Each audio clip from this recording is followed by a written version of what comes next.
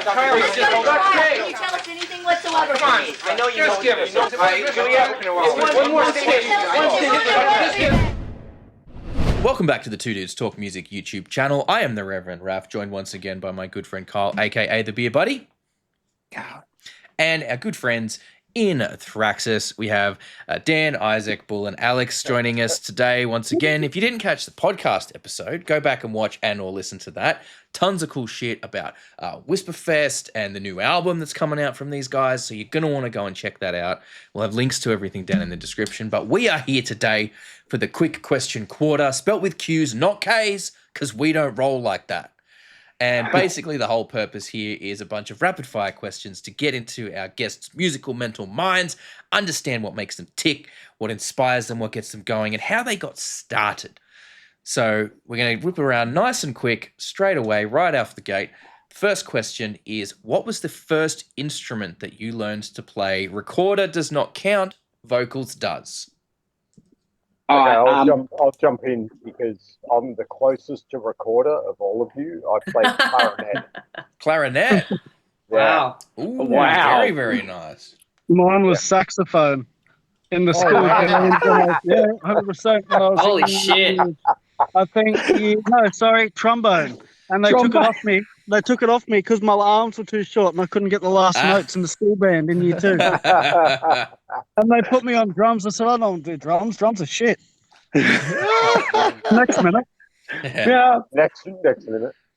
Mine was always guitar. As soon as I first seen any sort of thrash band or metal band, my mum gave me, started me on all the Metallica and stuff like that. And I sang guitars, and that was it, was guitars. And then I seen Dave Mustaine, and he was on vocals, and he was lauded as not being the greatest vocalist. For me, I absolutely loved the person who could jump in and play guitar and sing at the same time while doing those crazy parts. That was me. That was sold. It was a done deal. That was it. Yeah. Mine was also guitar. I started when I was 8 and been playing ever since. Hell yeah. Wow. Hell yeah. All right, next one. What was the first album that you purchased? Now, this can either be the first one that you bought for you or the first one that you bought with your own money. Either will suffice. I'll jump in. I think I bought Sex Pistols, Flogging Your Dead Horse, which was when I was little. Yeah. Very nice. Fuck, when I was like six or 7 years old, I was I got my mum to get me. She wasn't into like new metal or anything like that. I just grew up into new metal as well, and man, she ended up getting me Korn's Greatest Hits. And ever since then, I was just like, wow, there's this whole other side of music I haven't even explored yet, and that was a done deal. I was like, give me all of it. Wow. Mine was, I'd say the first album I bought was Opeth Blackwater Park. That was the first album that I bought. Nice. That's solid. That's it a was good all one. downhill from there. I didn't start buying albums till I was in my teens because I was always just borrowing my parents' shit. So I think my first album was, I think it was Systematic Chaos by Dream Theater. Ooh, wow. Hell yeah. Wow. That's a bit of a deep cut because that's not like one of their more lauded ones. It's like one of their kind of more well-known ones, is it? No, I think their later stuff like that, like Systematic Chaos, Train of Thought, in my personal opinion, I like it better than all the 80s type prog. Okay. Cool. Yeah. Cool. There's that prog queen. Progologist. I'm going to use that. That's good. No. You got it. Progtologist is the one. Progtologist. Make it just That's close good. enough. Just close enough. All right. What was the first live concert you attended? Wave Aid. Wow. Well, I'll go first because I'm the oldest. I went and saw a blues musician called Buddy Guy, and that was in Western Australia in probably 1998. And that was I wasn't even alive. Awesome because no, exactly. No, he was awesome. He rigged up this wireless guitar system before wireless was a thing somehow, and he he walked out onto the street and then he came back in, and then it was awesome. It was awesome. It was fucking amazing. Hell yeah. And you said Wave Aid, Isaac. You said that. Yeah, Wave Aid. The tsunami relief concert they put on, I think it was Sydney Cricket Ground. It was like all Aussie artists like John Butler, Powderfinger, Missy Hit, like all that. That was back in the day. That's I don't hectic, even remember man. what year that was. Yeah, that was my first concert. It was sick. That's wild, dude. Like that would have been intense. Like, and I Yeah, gotta say as well, like calling it Wave Aid feels a little insensitive to me. Like you're just naming it after the thing that fucking destroyed all of their shit. Yeah, I know. Like But that's Australia. What are we going to call Live it? Aid, like they didn't call Live Aid like Hunger Aid or Food Aid or whatever it was. Fucking or like you know, it was fucking any of that. But no, like that would have been wild, man. Because it was like that was right in the time when there was just like Aussie music was on such a high. And there was so many artists that were just they were like permeating all through. Like Australia was so into Australian music at that point that the artists were able to be successful and just really make a go of it and just do some insanely cool stuff. That's really, really cool though. It was pretty awesome. Hell yeah. My first one was Slayer and Megadeth in 2011. I was like, fuck. I think, how old was I? I think I was like 13, 14, 15. And I ended up getting beers thrown all over me. And my mum had to take me. And she, I learned very quickly why earplugs are a musician's godsend, because she stood next to the foldbacks for and we could hear was Dave Lombardo. I think it was Paul Bostaff at that time. It was just his double kicks coming through the fucking foldback, and my mother, we ended up leaving. She's like, it's been 5 days, I can't hear. That changed my mind on everything. It was fucking unbelievable gig. Killer. Yes. Mine was the AC/DC Black Ice Tour. I used to be a hardcore AC/DC fan. Fuck What do you mean? I think I was 10. What do you mean used to be? Fuck Hey, off. I went to that tour as well, the Black Ice tour. I was like, I was actually on the floor right next to the sort of runway that came out into the crowd. Man. On that one. So like, that 10? was. I was 10. I So I knew you think- were young, Alex, but far out. This is. I feel like over the next few years, this is just going to get so much worse for us. Like as Kyle and I, we're staring down the barrel of 40, and It's going to be humbling. It's already quite humbling to go out to shows and see bands of people that were born after I started playing music. Like literally one of the bands I'm in at the moment, our drummer is younger. Like I started learning to play music before this cunt was born, and it fucking pains me so much sometimes. I keep forgetting that the year But 2000 there was really 25 is years something ago. in going and seeing like a musician who's older than you as well. And I'm hitting my 50s now, so it's very, very humbling to go. We play with Kings of Thrash, right? And we've got Dave and we've got Jeff, and it's ridiculously humbling to see those guys up on stage playing what they do, which is music that they wrote 40 years ago. Yeah. You know what I mean? Like, it's so empowering. I love it. It's great. Insane. It's brilliant. It's great. Yeah.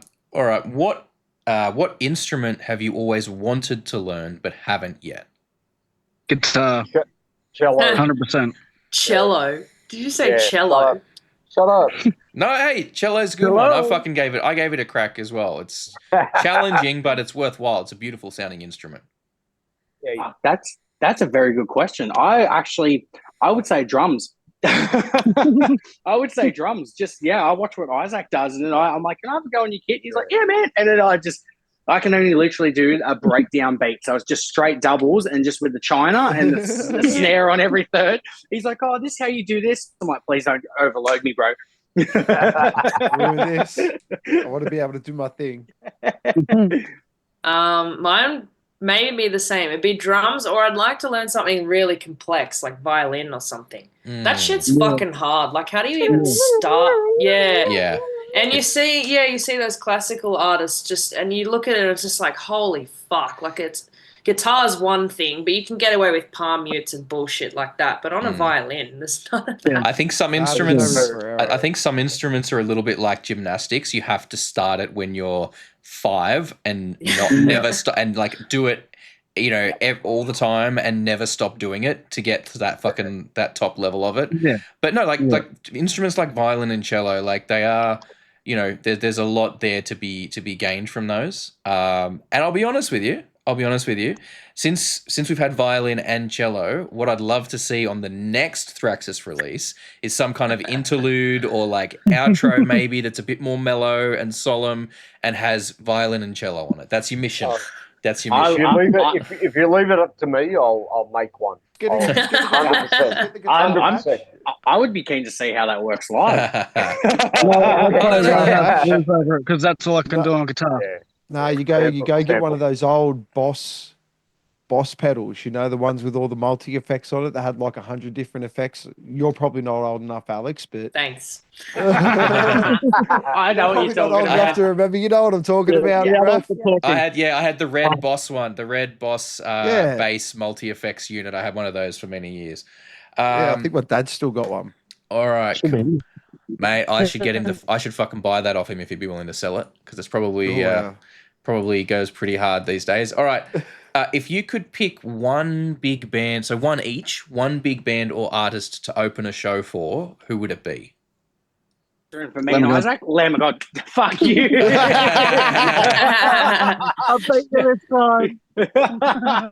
Lamb of God, 100%. Be Extreme Theatre or Opeth for me. They're my top 2. Nice. Yeah. I'm Megadeth. Okay. Not the Ocean? Are you serious? Yeah, I was going to say the Ocean. Nah. Ocean of my buddies? No, I'd open for Megadeth. A serious one though, Bodum back in the day. Yeah. Children of Bodom, I think 100%. that's actually your first. Yeah, I don't think anyone said Children of Bodom I before. don't think so. No one said really. Here we go. Bodum were my sort of gateway into heavy drumming and heavy music, and so they're always going to be sort of very special. I love it. Yep. All right, time to dig into your archives here or your playlists. Who is a band or artist that you're listening to at the moment that you think is seriously underrated and deserves more attention? Oh, fuck. Borrow. Spotify. Oh, yes. That's Sorry. to be.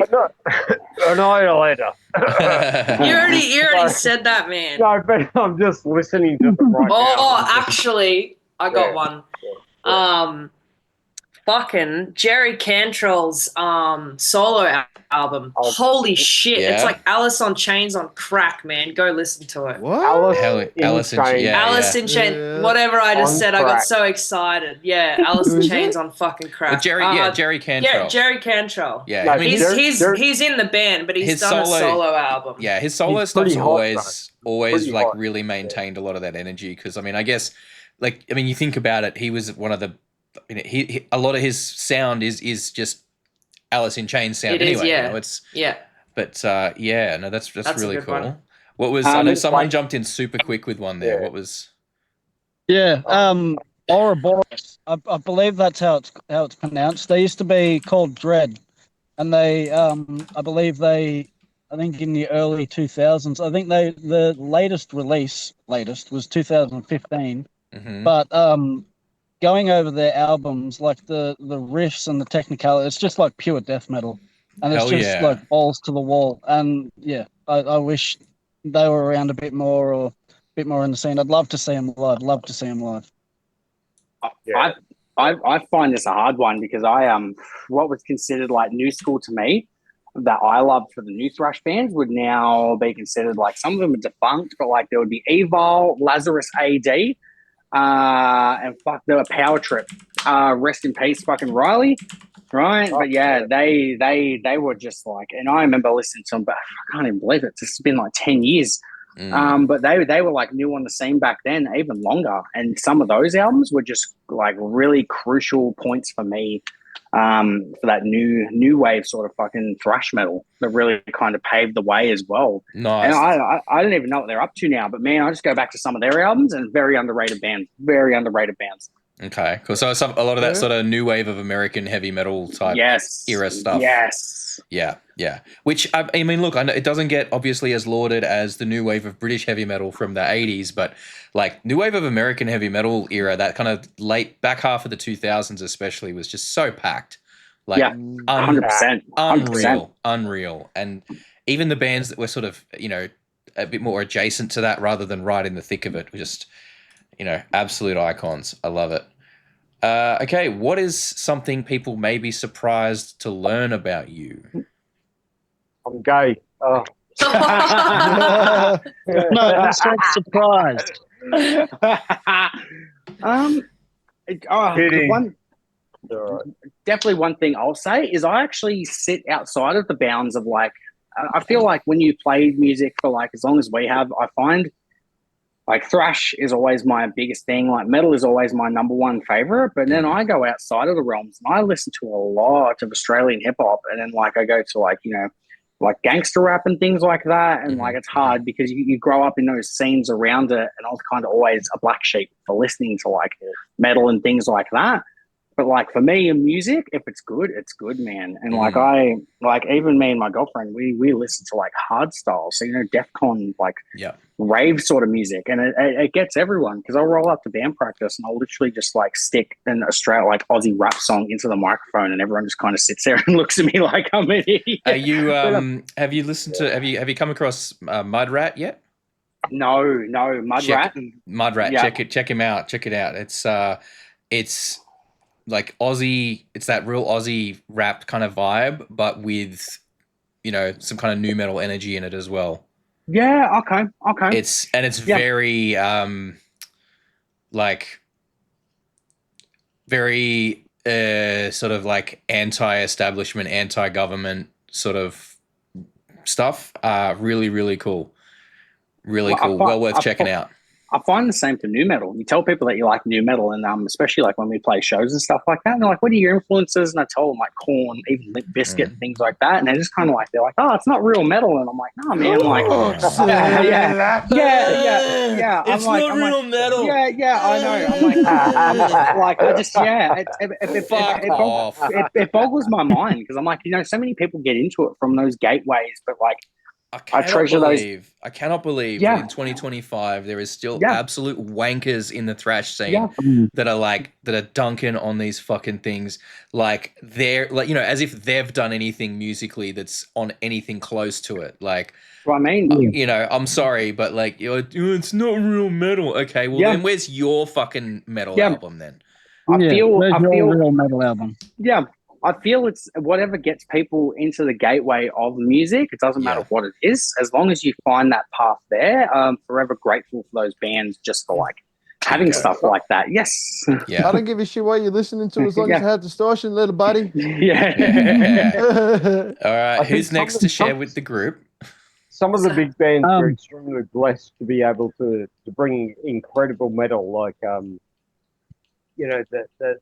there's certain bands for every one band that has been able to influence everybody. There's 10,000 bands that haven't been able to influence anybody. But that doesn't make those 10,000 bands any less influential than that one big band.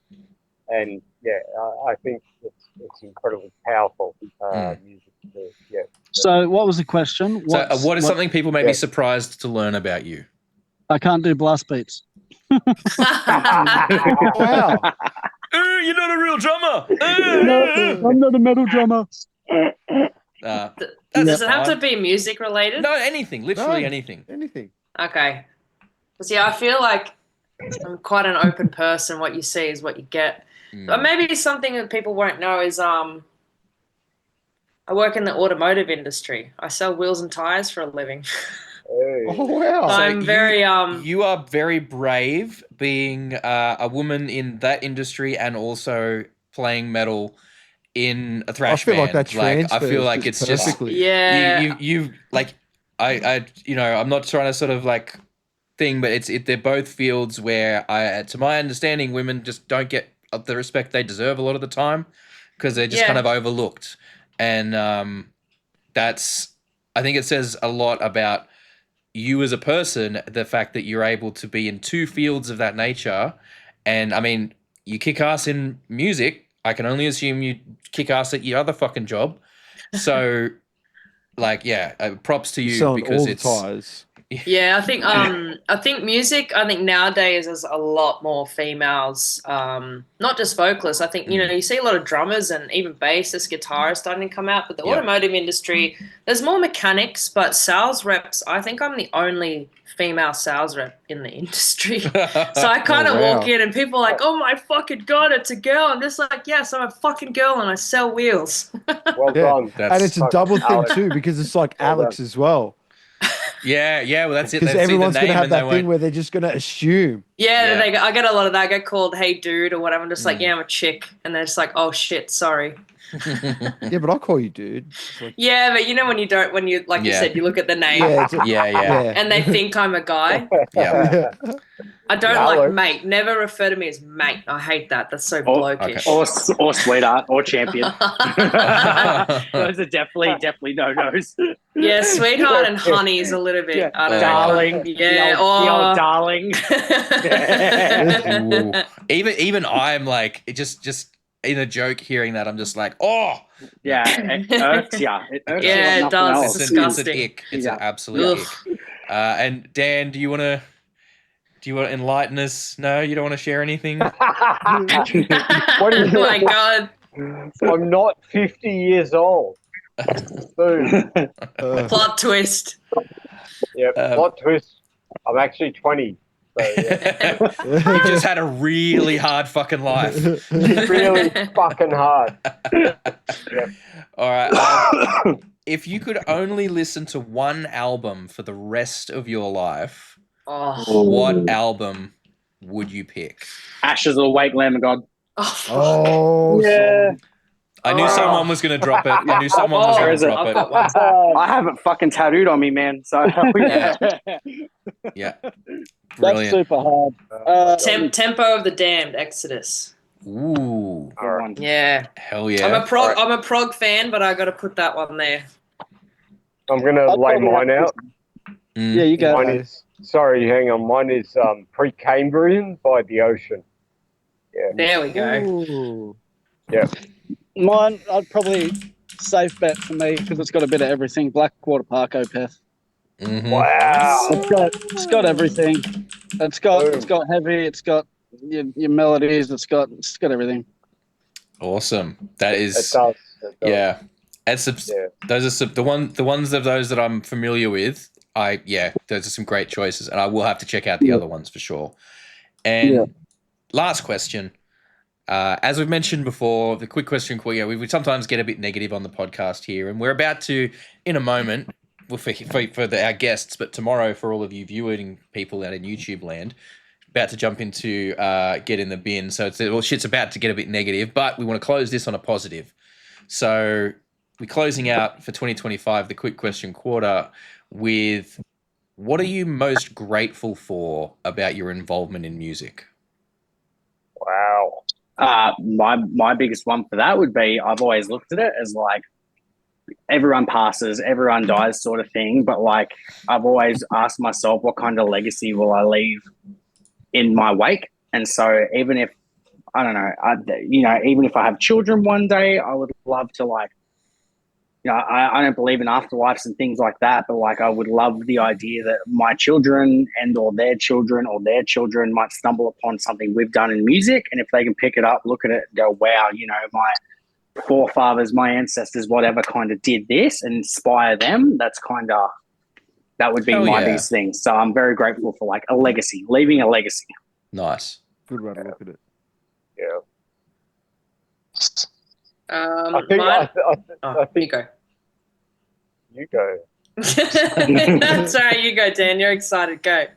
I think music is ridiculously integral to our essence, our very being, and being able to play music, but then promote that to playing music with other people, and then promote that to playing music with other people for other people is a ridiculous